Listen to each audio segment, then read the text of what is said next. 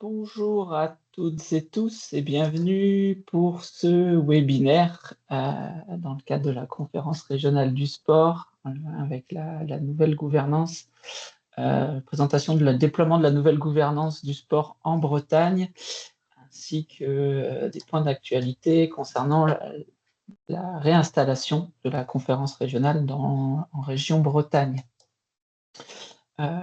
Pour information et avant de donner la parole à Viviane Le Thomas et Marianne Bézem pour un mot d'introduction, vous informer que normalement vos caméras peuvent être activées, vos micros non, mais n'hésitez pas à lever la main et on pourra vous donner la parole en fonction des questions que vous aurez à poser. Et puis l'onglet de conversation est actif pour ceux qui souhaiteraient poser leurs questions au fur et à mesure dans le chat. Et sans plus tarder, avec 5 petites minutes d'avance ou de retard, je donne la parole à Madame Viviane Le Thomas, présidente de la conférence régionale du sport. Merci Yoann. Bonjour à toutes et à tous.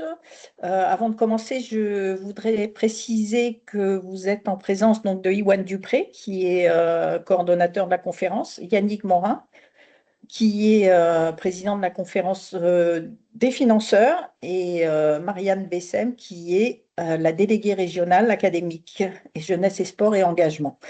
Je pense que j'ai oublié personne dans les animateurs de cette conférence aujourd'hui, et Arnaud Toudy, conseiller régional. Voilà, je me disais bien aussi. Alors déjà, je vous remercie de votre présence aujourd'hui. Je sais combien vos agendas peuvent être très, très contraints. Nous allons donc nous retrouver autour de ce webinaire consacré à la gouvernance territoriale du sport en Bretagne. Passé les élections municipales, vous êtes quelques-uns à nous avoir fait part de votre intérêt sur le fonctionnement de cette gouvernance et notamment de la CRDS Bretagne. Aussi, en toute logique, on vous propose cette présentation de CRDS qui doit, elle aussi, renouveler sa gouvernance après ses 5 premières années de fonctionnement. En préambule, je voudrais porter le message suivant qui porte sur 3 points, un petit peu pour résumer cette conférence, et puis on rentrera dans les détails après avec Yoann. Cette CRDS, en fait, elle permet quoi? Elle permet d'aligner des priorités de la région, de l'État, des réalités des communes, des intercommunalités, des départements et celles du mouvement sportif. Être présent à la CRDS, c'est participer à ses travaux, c'est contribuer à la définition d'un projet sportif territorial issu d'un diagnostic territorial. Donc, on est vraiment sur un territoire ciblé qui a analysé son territoire et qui va travailler dessus. Ce diagnostic nous a permis et nous permet de rester connectés aux réalités des collectivités, des terrains de sport, des piscines, du fonctionnement de nos associations, des bienfaits du sport en entreprise, des métiers liés au sport et à son environnement. Le deuxième point, c'est la CRDS, c'est aussi un levier pour capter des financements. C'est un lieu où les besoins peuvent rencontrer les ressources, qu'il s'agisse de rénovation, de création d'équipements, de mise en œuvre de projets structurants. Donc, être présent à la CRDS permet de s'assurer que les projets soient bien identifiés, fléchés et soutenus. On ne demande plus une subvention dans le vide, on porte un projet et on le valide collectivement. On verra les modalités après avec Yoann. Là, on est vraiment sur quelque chose d'empirique. La CRDS, elle répond aussi, donc c'est le 3e point, à des enjeux de société. Le sport, ce n'est pas que des compétitions, que des rencontres le week-end. La Bretagne doit faire, comme beaucoup de régions, faire face à des défis de santé publique, d'inclusion, d'attractivité. Et le sport est un acteur majeur de réponse à ces défis. Le sport, c'est de la santé, c'est du lien social, c'est un poids économique, c'est une vitrine pour le tourisme. Et au sein de cette conférence, nous partageons les bonnes idées, les bonnes pratiques et recherchons ensemble des solutions sur des problématiques rencontrées ou mises en exergue par le diagnostic. Voilà donc ces 3 points. que je voulais introduire avant la présentation d'Iwan. Et tout de suite, je laisse la parole à Marianne Bessem, donc déléguée régionale académique à la jeunesse, à l'engagement et au sport de Bretagne. Voilà, merci à tous d'être là. Merci Viviane. Bonjour à toutes et tous. Oui, donc je suis Marianne Bézem. Alors, mon titre, effectivement, c'est déléguée régionale académique à la jeunesse, à l'engagement et au sport. Pour ceux qui nous connaissaient auparavant, on était la direction régionale jeunesse, sport et cohésion sociale. Donc, toujours avec les missions de service déconcentré du ministère chargé des sports au niveau régional. Je vous remercie d'être présents et présentes nombreux aujourd'hui, de vous être inscrits nombreux à cette conférence ça montre l'intérêt en fait que cette conférence suscite. J'imagine que parmi vous, on a vu sur la liste des inscrits qu'il y a beaucoup de représentants, d'élus ou de représentants des collectivités territoriales, peut-être des nouveaux élus ou des nouveaux agents en charge du sujet sport. Et l'objectif aujourd'hui, il est justement de pouvoir alors présenter ce que c'est que la conférence régionale du sport, cette nouvelle gouvernance du sport en région qui est plus si nouvelle que ça, puisqu'on arrive à la fin du premier mandat de 5 ans. Et de pouvoir identifier aussi qui nous sommes et quels sont les intérêts que vous pourrez trouver à suivre nos travaux et ce que nous pouvons aussi capter comme besoin de votre part pour que les travaux de la conférence soient les plus adaptés aux besoins des interlocuteurs. Cette nouvelle gouvernance du sport, elle est issue d'un constat qu'on partage tous, que Viviane a déjà esquissé, qui est que le sport, c'est une compétence extrêmement partagée, une politique extrêmement partagée avec de nombreux interlocuteurs et aussi tous les niveaux de collectivité qui interviennent, et que on le sait, on a besoin d'être articulé dans nos interventions, de se connaître, de savoir ce qu'on fait, de partager nos orientations et pourquoi pas de les mettre en commun pour aller plus loin au service de nos usagers, des sportifs, des jeunes qui veulent pratiquer. C'est pourquoi l'État a souhaité travailler à la création de l'Agence nationale du sport, qui est de niveau législatif, qui a été créée par la loi d'août 2019, qui est donc cette agence, un opérateur de l'État, qui a 2 missions principales. La mission de permettre la performance sportive et la mission de développer en fait la pratique sportive au niveau national et dans les territoires. Donc cette agence, elle est financée par des crédits de l'État et aussi par des taxes affectées. Et au moment de la création de cette agence, a été réfléchie aussi cette gouvernance régionale du sport avec la conférence régionale du sport qui existe dans chaque région, avec 4 collèges. Iwan va vous présenter tout ça après, donc je ne rentre pas dans le détail.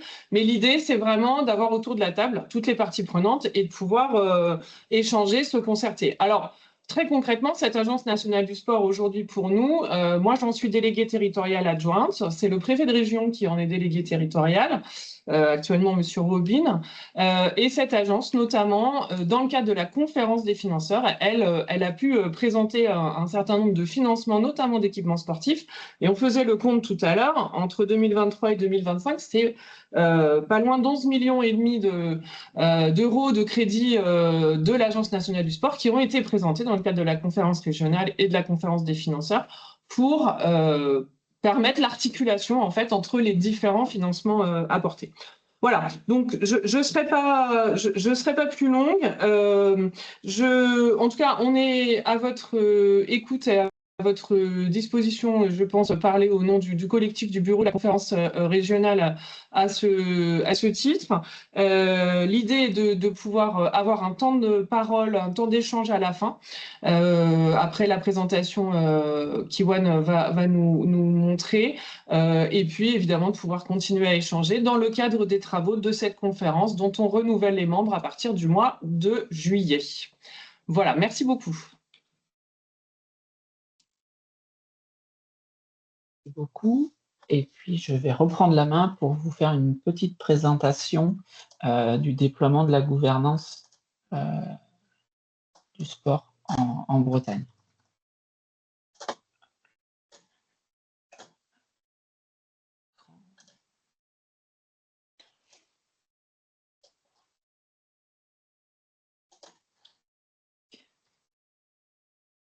Est-ce que mon écran apparaît pour tout le monde? Oui. Oui.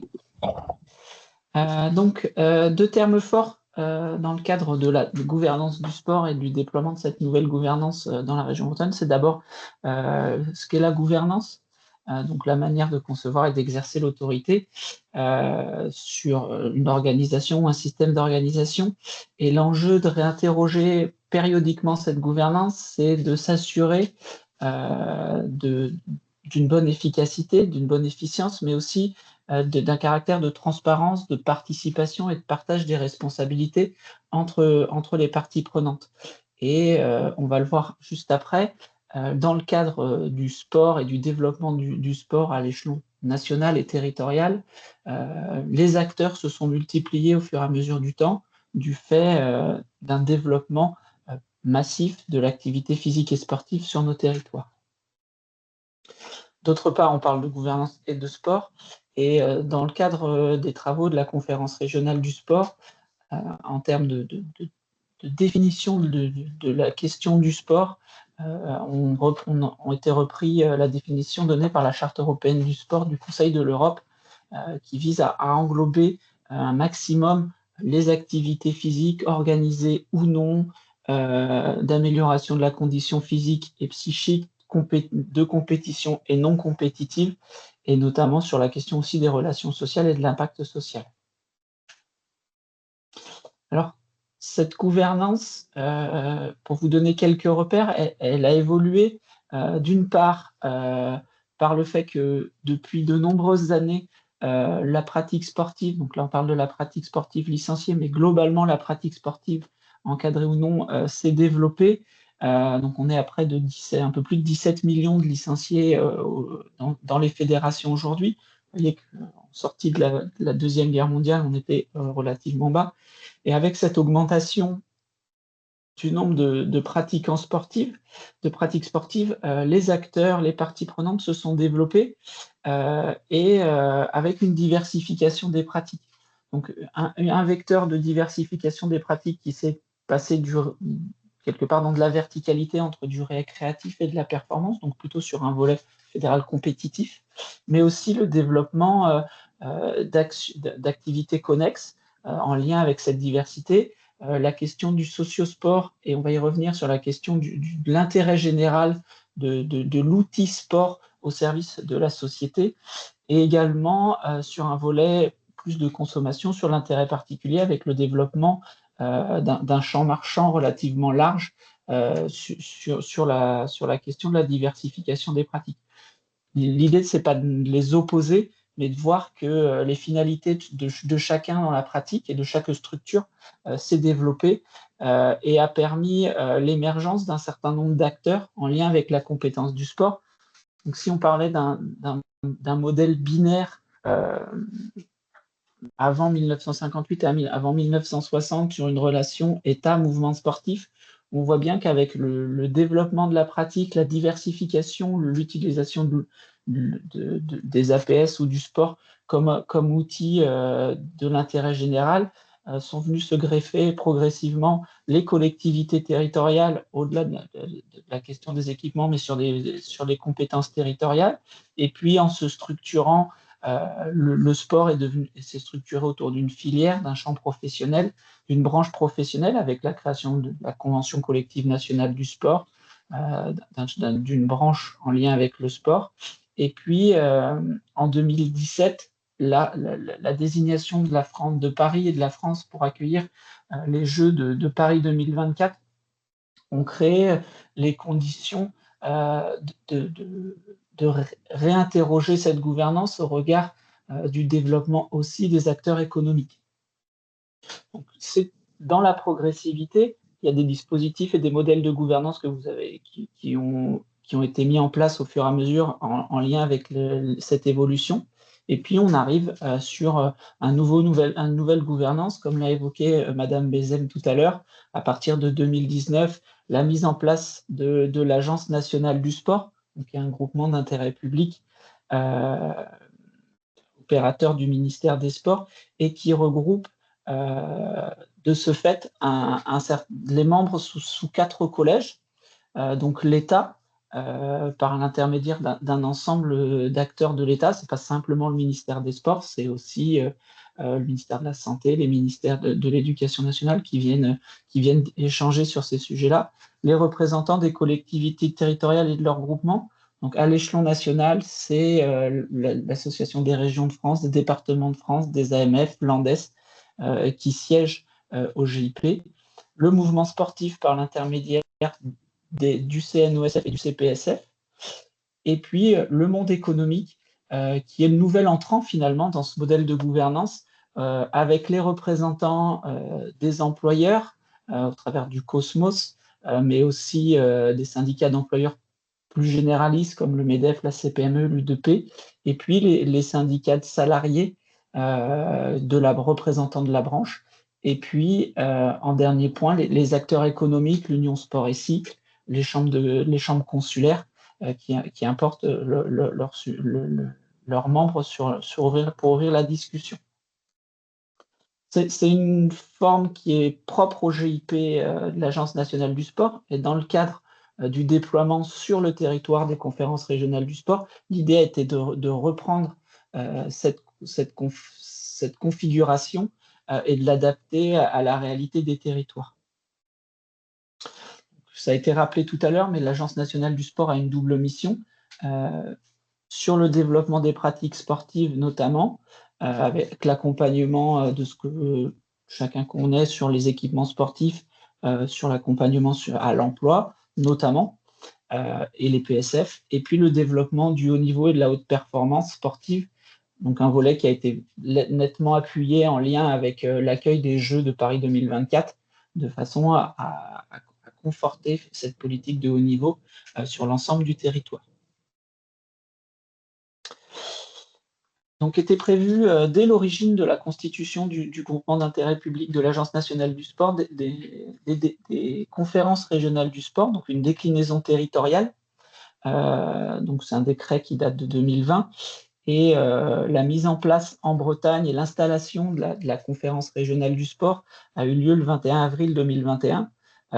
Donc comme ça a été évoqué, 5 ans de mandat pour les membres, donc on est arrivé à l'échéance des mandats, et on est dans l'idée de renouveler les mandats des personnes présentes et d'accueillir de nouveaux participants. Autant il y avait une nouveauté en 2021 à l'installation de la première conférence régionale du sport.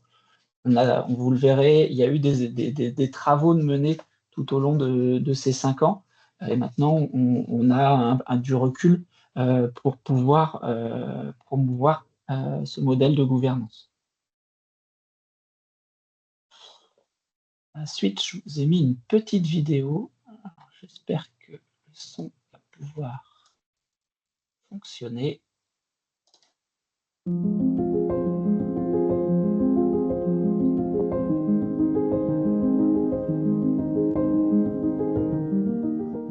Un élément clé de la nouvelle gouvernance du sport au niveau territorial.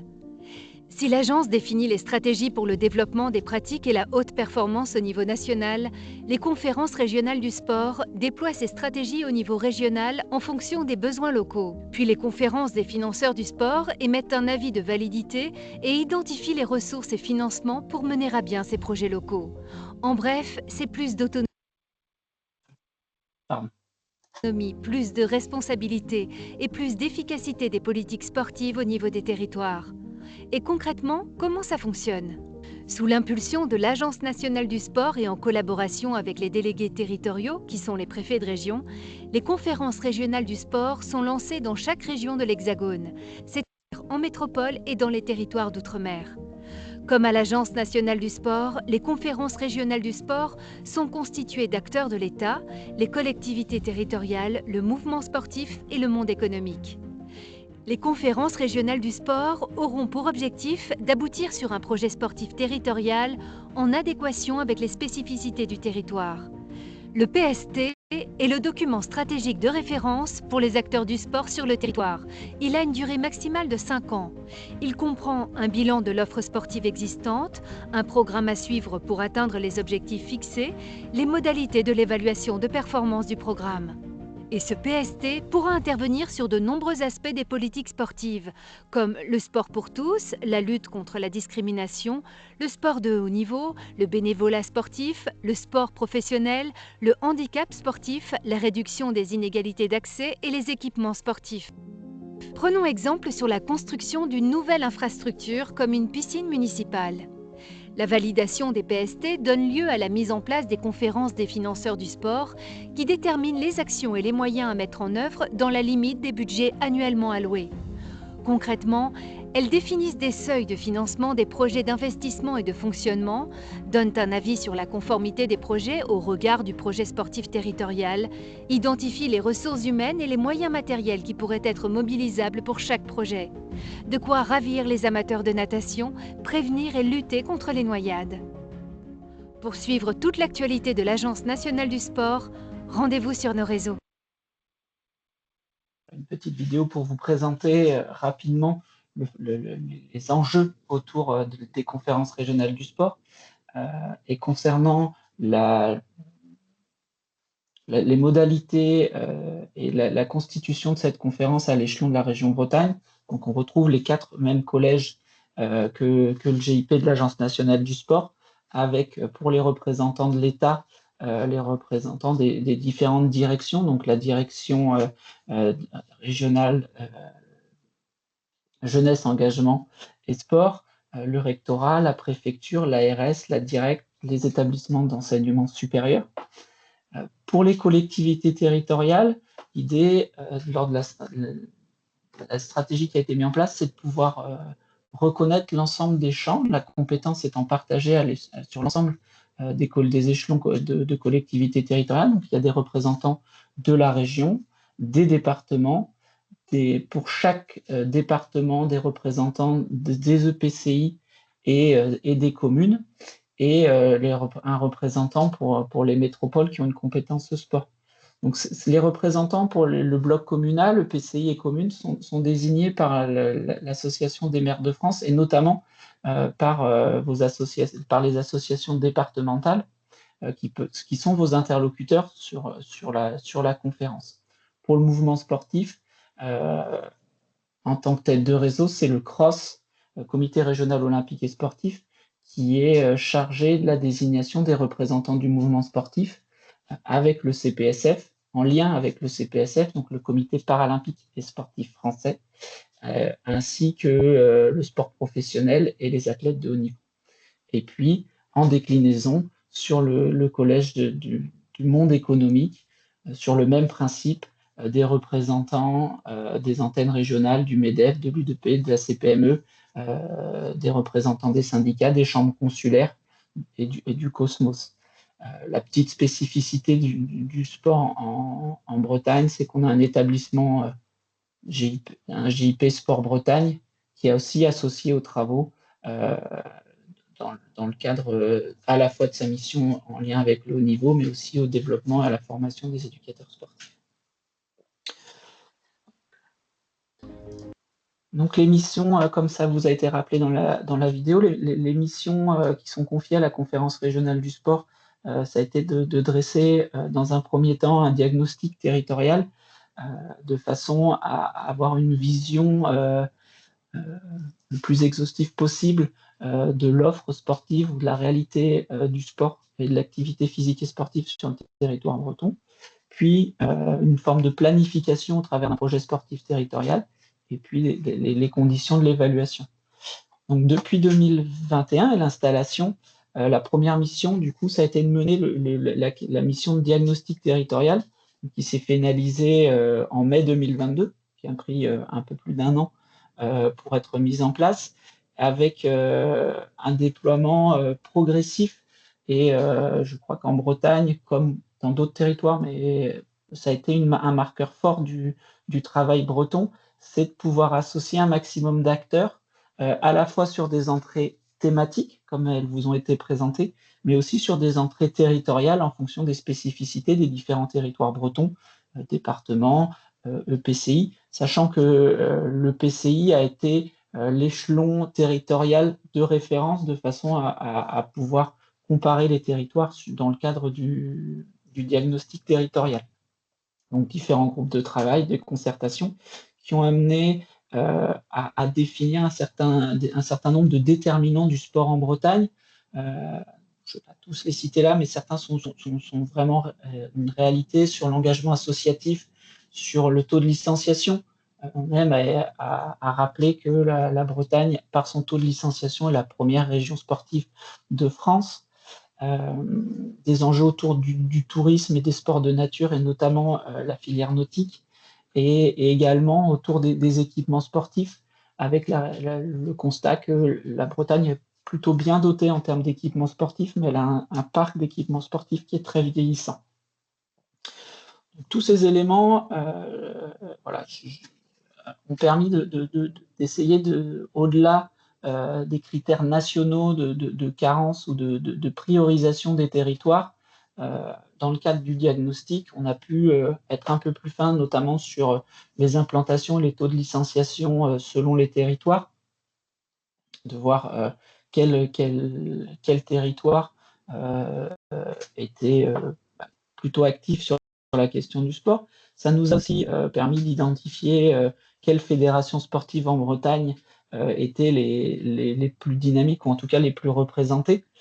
Bien sûr, le football. Donc là, sont représentées uniquement les fédérations non multisports et non scolaires.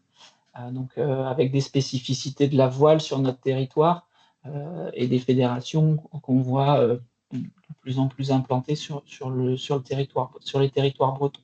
Ça nous a aussi permis de voir où était la dynamique associative des clubs. Donc là, vous avez une petite carte qui vous présente la couverture de l'offre, finalement, des clubs, avec un nombre de clubs pour 10 000 habitants, donc avec un maillage territorial qui est un peu différent de celui qu'on voyait sur la licenciation tout à l'heure, qui nous permet de voir peut-être dans quel secteur il y a des efforts en termes de structuration de l'offre. Et puis, un dernier point pratique, c'était le taux d'équipement, j'en ai parlé tout à l'heure, avec des disparités territoriales fortes sur le taux d'équipement proposé pour 10 000 habitants, qui est le repère sur le territoire breton. Donc, en croisant ces différents éléments, ça nous a permis d'identifier des territoires à l'échelon de la Bretagne avec des carences autres que comme je l'évoquais, que celles qui sont naturellement liées aux quartiers prioritaires de la ville ou aux zones de revitalisation, et de voir si aussi les disparités sur les territoires, au-delà d'un certain nombre de données qui sont dans le diagnostic, que je vous invite à consulter. Je vous donnerai l'adresse du site internet pour retrouver tous les éléments de diagnostic territorial, du diagnostic territorial. Donc, une fois ce diagnostic dressé, il convenait pour les acteurs de passer à l'opérabilité et à la définition d'un projet sportif pour le territoire. Donc, celui-ci. Oui, Viviane? Je voulais juste intervenir. Est-ce qu'il y aurait déjà quelques questions au niveau de ce diagnostic ou on peut continuer? N'hésitez pas à lever la main pour que je puisse vous donner la parole si vous le souhaitez.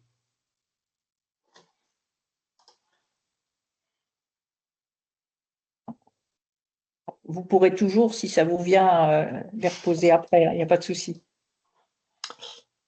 Donc, je vais continuer sur la partie opérationnelle. Donc, un an après le diagnostic, la conférence va avoir validé un diagnostic. La conférence a pu valider son projet sportif territorial. L'idée dans la même idée que celle du diagnostic, l'idée, ça a été de construire aussi en concertation et au plus près des territoires. L'idée de ce projet sportif territorial, c'est bien qu'ils soient adaptés aux différents territoires bretons et qu'ils répondent aux enjeux des différents territoires. Donc un certain nombre de travaux ont été menés dans ce sens en termes de construction et de collaboration. Les marqueurs forts de ce projet sportif territorial, c'est de marquer l'enjeu des transitions. Donc 4 transitions qui ont été identifiées comme très fortes pour le projet sportif territorial et pour le développement de l'activité physique et sportive et du sport sur le territoire breton. C'est d'abord une transition sociale, donc de disposer d'un projet qui va vers tous les publics, notamment ceux qui sont éloignés de la pratique, et puis avec des objectifs en lien avec la lutte contre la sédentarité et l'inactivité physique. Donc un lien fort a été dans cette optique de transition sociale a été fait avec le plan régional sport santé bien-être qui est copiloté par l'Agence régionale de santé et la DRAGES sur le territoire. Donc c'est aussi de trouver des collaborations et des points de convergence entre les différents dispositifs qui existaient déjà sur le territoire. L'autre transition, c'est une transition environnementale, à la fois sur une forme de sobriété des équipements et la rénovation des équipements, mais aussi en lien avec le terrain de jeu, qui est la Bretagne, sur les transitions et sur le développement et l'accompagnement du développement notamment des activités de sport de nature en lien avec les enjeux écologiques et de protection forts sur les espaces de pratique. La Bretagne a un patrimoine naturel riche qu'il faut préserver, mais dans lequel il faut trouver des convergences sur la capacité à le préserver. La troisième transition, c'est une transition sportive, de réinterroger le mouvement sportif, il est fédéré dans son modèle de gouvernance ou d'interrogation en lien notamment avec les questions du renouvellement des bénévoles, l'engagement citoyen, de la pratique des plus jeunes. Donc c'est de réinterroger ce modèle pour créer quelque part le club sportif de demain, de s'interroger sur qu'est-ce que seront les clubs sportifs demain, à la fois dans le champ fédéral du mouvement sportif et quelle interaction on peut créer avec le champ marchand. Et puis la dernière transition, c'est une transition économique, à la fois sur l'interrogation sur la pérennisation de l'activité sportive au cœur des territoires, mais également comment faire des acteurs territoriaux du sport, des ambassadeurs de l'activité physique comme outil d'inclusion sociale, comme outil de co-construction dans des buts d'intérêt général et de travailler sur des nouveaux modèles économiques ou du développement économique.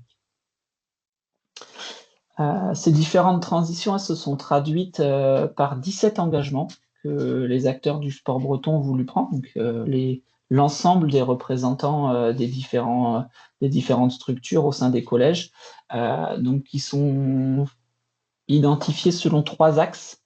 Un premier axe qui a été défini autour des activités physiques et sportives comme outil de santé publique et d'intégration. Donc l'idée, c'est bien là de faire la connexion avec ce plan régional sport santé bien-être et de s'interroger sur différents publics cibles, quelles actions, quels objectifs collectifs on pouvait se fixer sur un certain nombre d'enjeux en lien avec la jeunesse, en lien avec les personnes en situation de handicap, des personnes éloignées de la pratique, du sport santé, du sport pour la santé, des outils de prévention.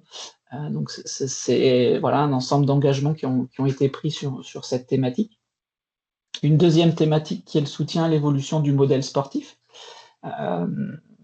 Donc sur la même idée, 5 engagements ont été pris sur ce sujet-là. Donc la question d'appréhender le sport de demain et comment on envisage la pratique sportive, à la fois fédérée et non fédérée. la question des équipements sportifs et la gestion collective des équipements sportifs, les métiers et les formations, la question du bénévolat, et puis une question forte sur notre territoire qui est l'accompagnement, la digitalisation, comment le digital rentre pleinement dans l'évolution d'un modèle sportif en mutation. Et le troisième axe qui a été défini dans ce projet sportif territorial, c'est le sport comme vecteur d'attractivité et rayonnement de la Bretagne. Donc avec deux grandes entrées, deux entrées, une entrée majeure sur la Bretagne comme destination sportive, à la fois au titre des événements qui sont organisés sur le territoire, mais aussi en lien avec son patrimoine naturel et les sports de nature qui sont déployés, l'interaction avec le tourisme, les sentiers de randonnée, les itinéraires de vélo, et puis la spécificité territoriale autour des activités nautiques. Et puis l'autre grand enjeu de promotion de la Bretagne, c'est la pratique de haut niveau, à la fois en accompagnant, de savoir comment on accompagnait les parcours de haut niveau des athlètes bretons. Et puis, il y avait l'enjeu de la participation à Paris 2024. Et puis, en termes de synthèse, quelque part, l'engagement 17, c'était de faire résonner le potentiel de la filière sport. Donc, finalement, de reprendre l'ensemble des engagements pour voir les retombées économiques du secteur pour la Bretagne.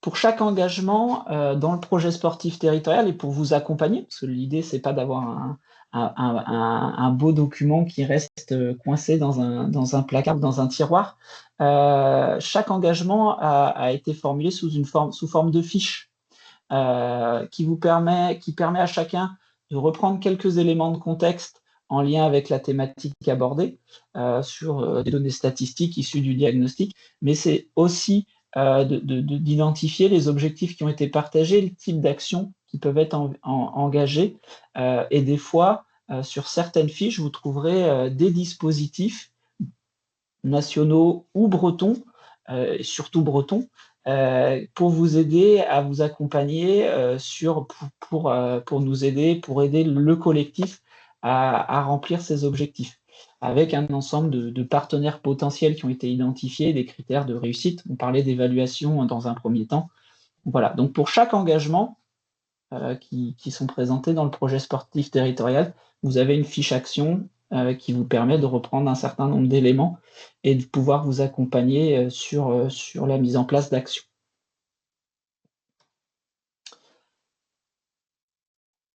Et depuis maintenant 5 ans, c'est aussi la conférence, au-delà du projet sportif territorial, elle a aussi permis d'identifier des projets en lien avec les différents engagements.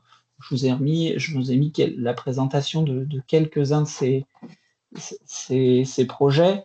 Un projet emblématique qui est un tiers-lieu itinérant d'innovation dans le sport, donc le Tivan Sport, qui est porté par le mouvement olympique et sportif breton pour accompagner les territoires dans les transitions, que vous pouvez solliciter. Un projet sur les APS comme outil de santé publique et d'insertion qui a été mené par un consortium UFOLEP Sport pour tous et Braille Insertion Sport, qui visait à accompagner les publics décrocheurs au travers de l'activité physique et sportive à retrouver une certaine dynamique sociale.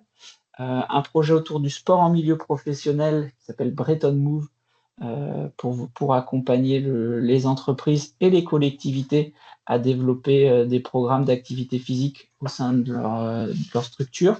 Un événement majeur qui est organisé tous les 2 ans, qui est Sport en mouvement, organisé par le comité régional olympique et sportif afin de fédérer l'ensemble des parties prenantes du sport autour des thèmes de l'innovation dans le sport et des mutations dans le sport. Un projet en lien avec la féminisation des activités nautiques et notamment de l'encadrement des activités nautiques. Et puis, dans le cadre des transitions, un projet autour du sport responsable et solidaire en Bretagne, donc un dispositif Dioren, à la fois sur les démarches RSO pour les événements et pour les structures, et à la fois une démarche plus spécifique sur les sports de nature au travers de l'accompagnement de base sport nature sur le territoire intérieur breton.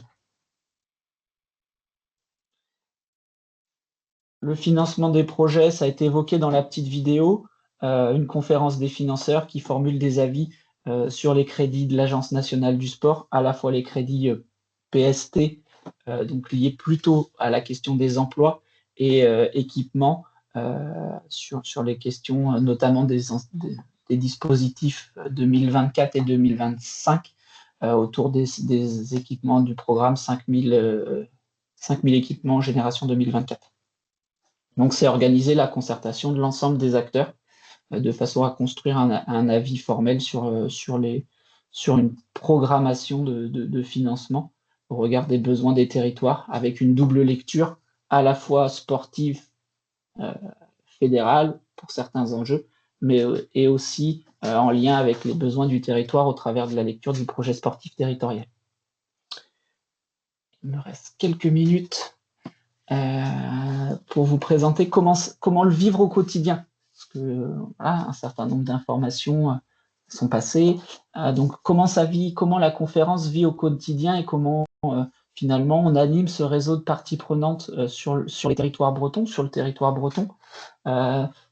Comme ça a été évoqué, il y a une conférence régionale du sport qui se réunit tous les 2 ans, qui est assez fermée d'un point de vue de sa composition parce qu'elle sa composition est inscrite par décret, mais il faut, et je crois que l'ensemble des membres est attaché à une représentation forte, à la fois des différents échelons territoriaux, des opérateurs locaux, des acteurs locaux, de façon à créer les conditions vraiment une opérabilité des projets au travers de la conférence et de la réalité de terrain de ce que peuvent être les différents dispositifs.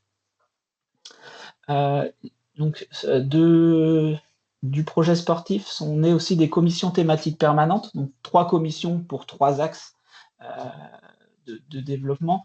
L'idée, c'est de suivre la mise en place, c'est de favoriser les échanges, c'est d'identifier les projets, d'assurer le suivi. Et c'est là où finalement tout à chacun peut venir participer, à la fois partager de l'expertise, partager des expériences de son territoire, voire la volonté d'accueillir une commission thématique pour pouvoir promouvoir un dispositif territorial. Et c'est aussi la possibilité de rencontrer des experts, de s'informer pour mettre en place des échanges qui peuvent nous amener à co-construire des projets, à voir émerger des projets co-construits entre les différents acteurs.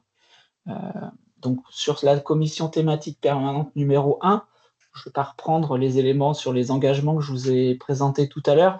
Voilà, ça a été un certain nombre dans 2025 et 2026, un certain nombre de rendez-vous avec différents sujets qui ont pu être traités sur l'activité physique, sur la santé mentale, sur l'activité physique des jeunes, sur la lutte contre le dopage et les addictions. Donc, à chaque fois, l'idée, c'est de nourrir les réflexions sur ces commissions thématiques permanentes, donc d'inviter des experts sur les thématiques, de façon à pouvoir faire un état des lieux finalement de ce qui se passe ou d'initiatives, de donner la parole aussi aux acteurs locaux sur des initiatives qui peuvent mener sur le territoire, et aussi d'avoir des temps de co-construction ou d'échange pour affiner ce qui pourrait être des projets de coopération.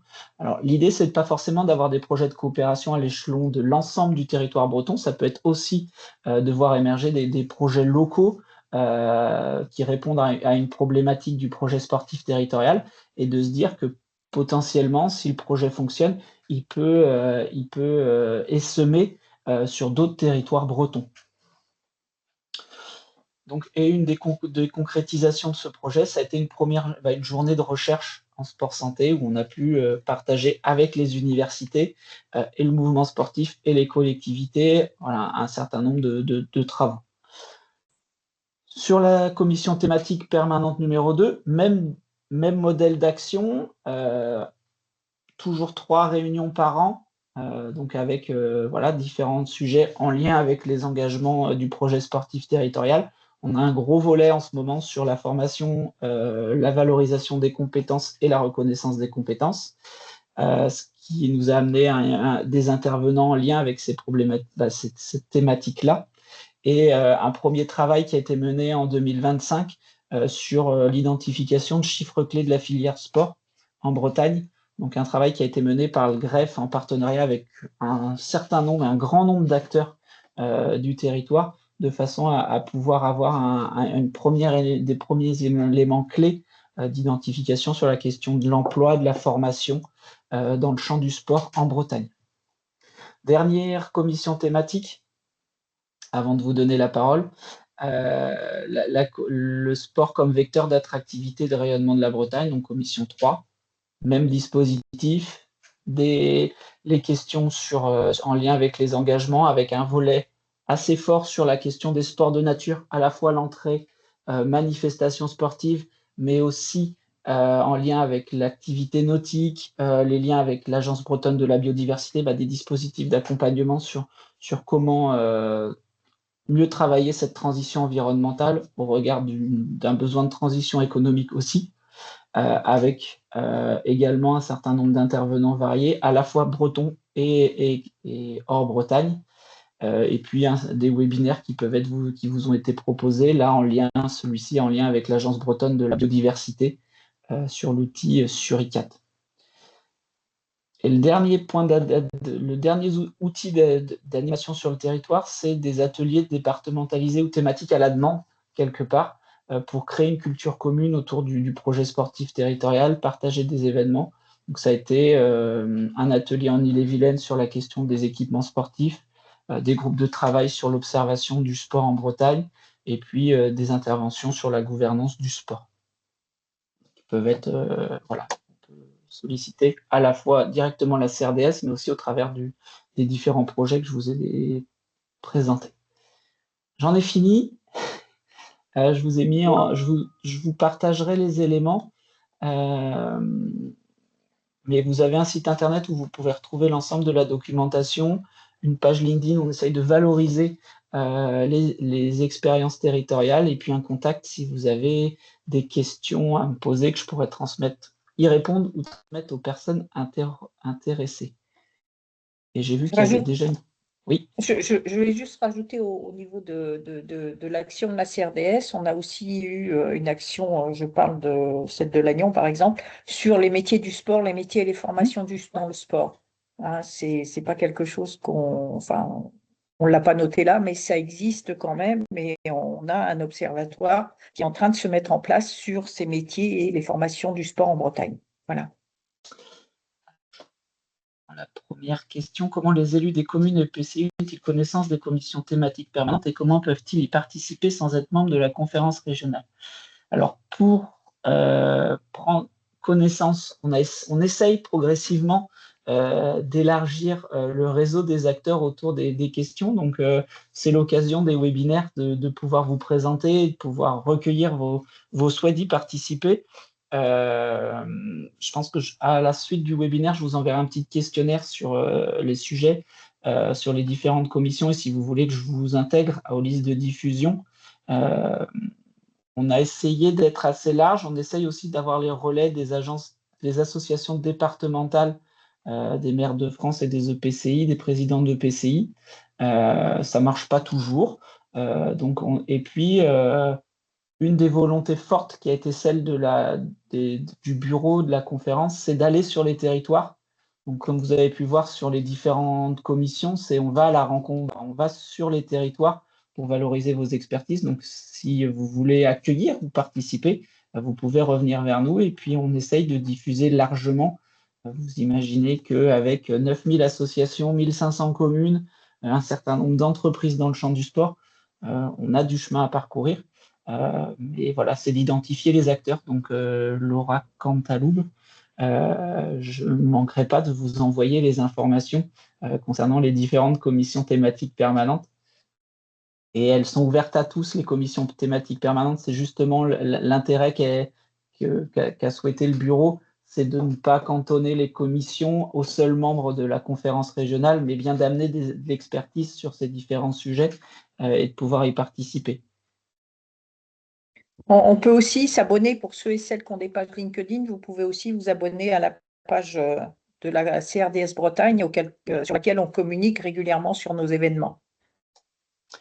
Euh, Il y a une Et je question, il y a Oui. une main levée. C'est ça, Hélène. Madame Hélène Cuillet, Ouais. j'ai branché votre micro. Normalement, si vous l'activez, vous pouvez prendre la parole.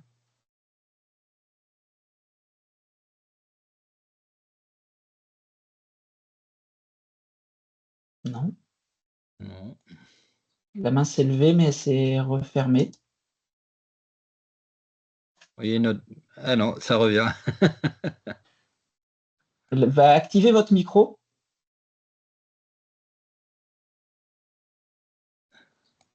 Non. Sinon, il y a Monsieur Cabioche aussi.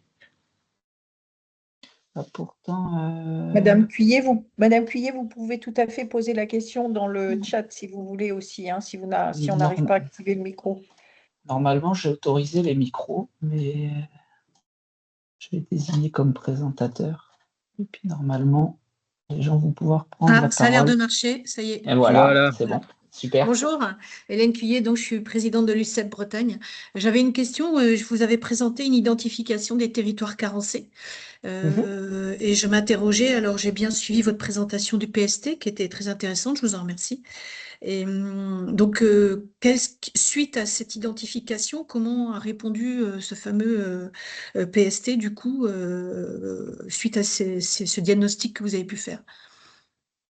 Alors, typiquement, si je prends un exemple très concret, c'est lors des commissions techniques départementales qui étaient assignées au financement, à la programmation des équipements sportifs et du financement de l'Agence nationale sur les équipements sportifs.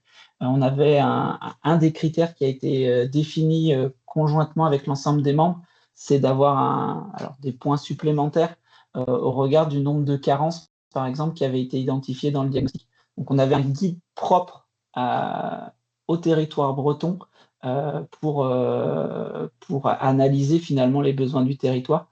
Donc, ça a fait partie des critères d'évaluation sur ces sujets-là. Et comme à chaque fois, si le territoire est identifié dans les projets, on essaye d'avoir un regard particulier. D'accord, merci. Et Monsieur Cabioche, j'ai dû vous ouvrir les droits aussi. Oui, vous m'entendez? Très bien. C'est bon. Adjoint au sport dans la petite commune de Roscoff, Nord Finistère, on a une salle polyvalente et deux piscines extérieures qui sont en mauvais état, qu'on va être obligé de refaire ou d'entretenir. Et c'est juste une confirmation, en fait, est-ce que le CRDS accorde des subventions pour ça? C'est une salle qui a un peu plus de 40 ans. Alors, je ne vais pas m'avancer, mais est-ce que Marianne Bézem ou... Est-ce que ça pourrait se faire ou est-ce que... Alors, sur les enveloppes de financement des équipements, en fait, on s'est inscrit dans deux plans successifs. Le plan Génération 2024 et 5000 équipements. Et donc, là, aujourd'hui, les enveloppes spécifiques à la rénovation ou la construction autour, on va dire, de la dynamique des JO sont terminées. Elles se sont terminées l'année dernière. Néanmoins, il reste des enveloppes au niveau national qui sont moins importantes, mais l'Agence nationale du sport va publier des propositions, des appels à projets au niveau national. Voilà. Après, il y a d'autres dispositifs qui sont plus du prêt, notamment de la Banque des territoires qu'elle est en train de mettre en place, qui pourront être mobilisés.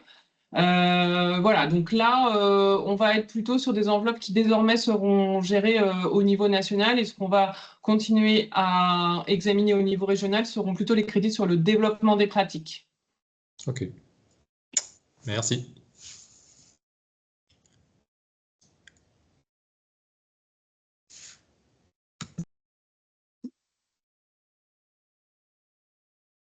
Peut-être C'est bon, Ewan.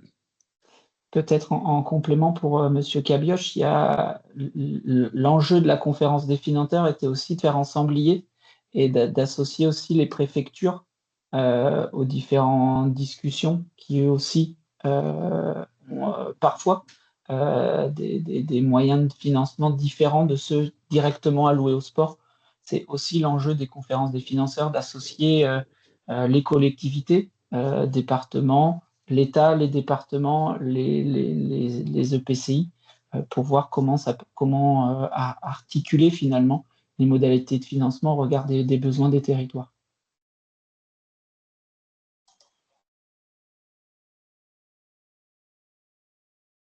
N'hésitez pas à lever la main si vous avez des questions ou des besoins d'information ou des besoins de compléments.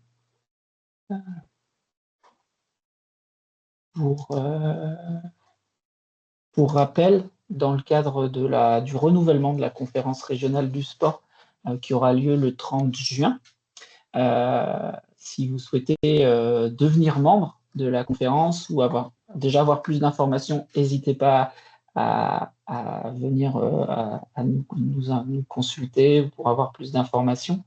Et concernant les collectivités territoriales, je ne peux que vous inviter à vous rapprocher de vos associations départementales d'élus qui devront désigner un représentant et un suppléant pour les représentants de PCI et un titulaire et un suppléant pour le représentant des communes et pour les représentants du mouvement sportif. Je pense que vous avez tous été destinataires d'un appel à la candidature que le CROSS vous a adressé pour désigner les membres qui représenteront le collège du mouvement sportif au sein de la conférence régionale du sport.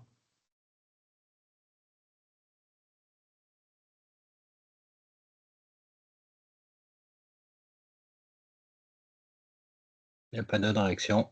J'ai dû être très clair ou très assommant, mais en tout cas, je vous remercie.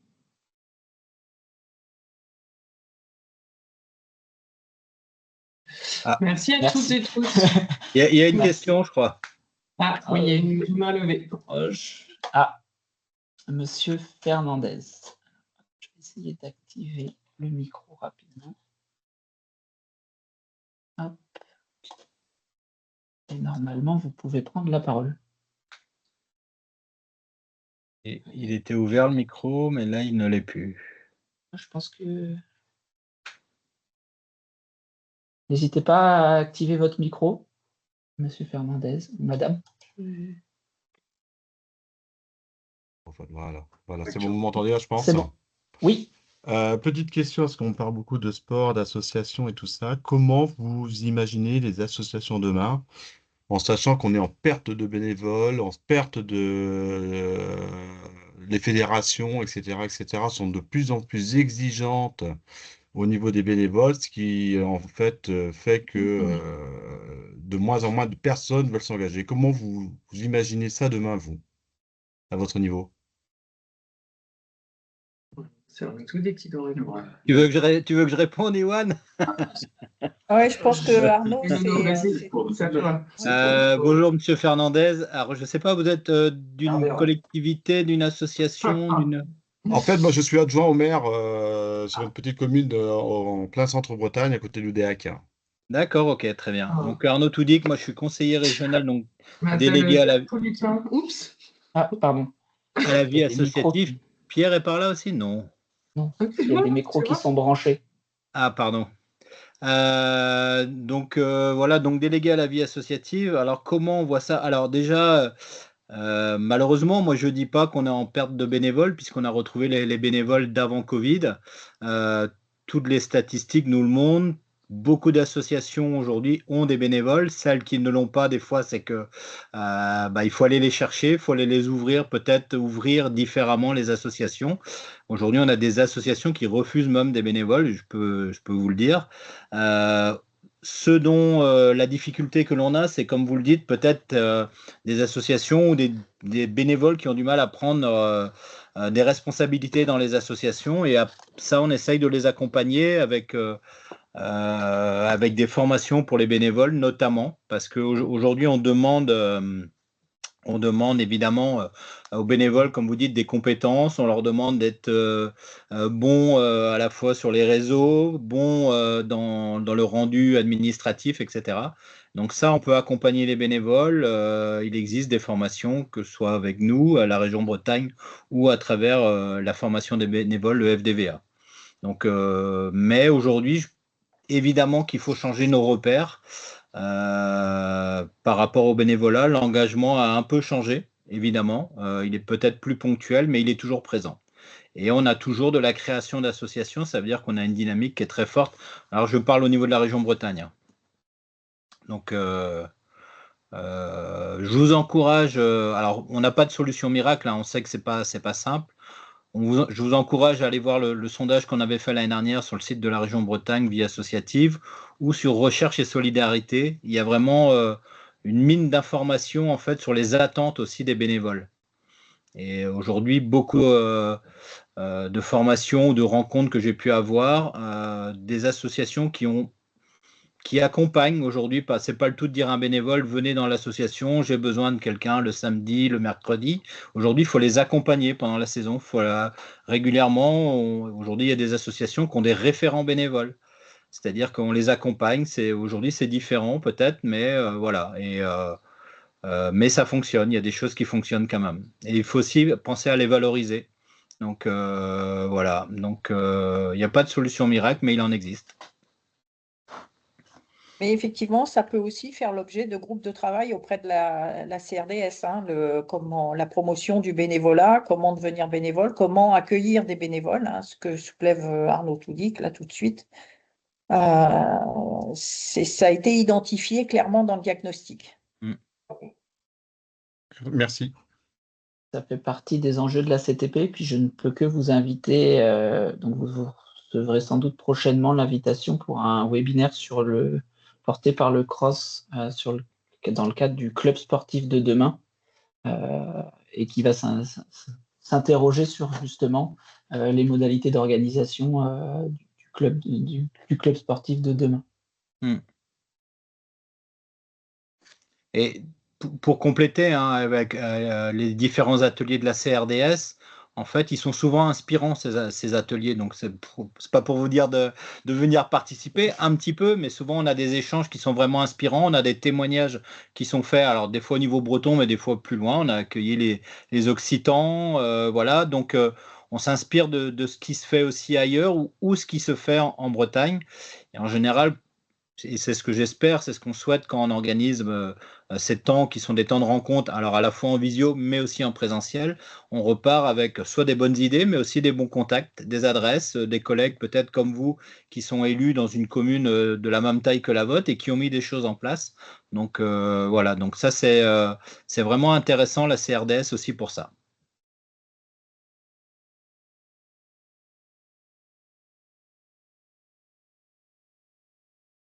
Ok. Est-ce qu'on a d'autres questions? Non, on n'a plus de main levée.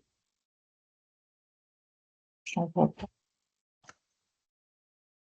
Et comme je vous l'ai indiqué dans le chat, le support de présentation, hein, ainsi que le replay et les coordonnées vous seront adressés rapidement pour que vous puissiez approfondir les échanges et revenir vers nous si vous avez d'autres questions.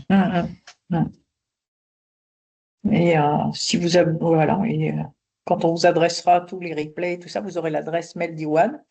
Et vous pourrez tout à fait même le saisir pour de nouvelles questions ou pour avoir plus d'informations sur l'engagement auprès de cette CRDS, votre possible engagement.